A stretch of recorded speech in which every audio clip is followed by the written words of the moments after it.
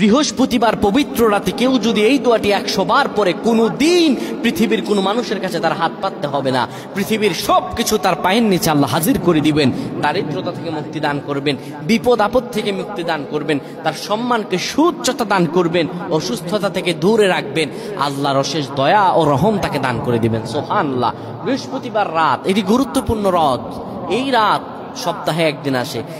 আরবিতে রাত আগে আসে, দিন পরে আসে। সুতরাং বৃহস্পতিবারের যে দিন গিয়ে রাত, এটি বৃহস্পতিবার রাত নয়, এটি শুক্রবারের রাত, এটি জুমাবারের রাত, এটি দোয়া কবুলের রাত, আল্লাহর কাছাকাছি হওয়ার রাত। সুবহানাল্লাহ।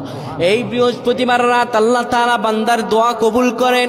কেউ যদি বৃহস্পতিবার রাতে ঈশা নামাজের পরে পবিত্র হয়ে ইয়া হাইয়ু ইয়া হাইয়ু ইয়া হাইয়ু ইয়া রাফিয়ু ইয়া রাফিয়ু ইয়া রাফিয়ু এই দোয়াগুলো পড়তে পারে 100 বার, আল্লাহ রাব্বুল আলামিন তার মর্যাদা বৃদ্ধি করে দিবেন।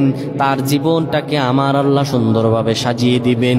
বিপদ আপদ বালা মুসিবত গুলো আমার রব্বুল আলামিন দূর করে দিবে। আল্লাহুম্মা আমিন বলেন।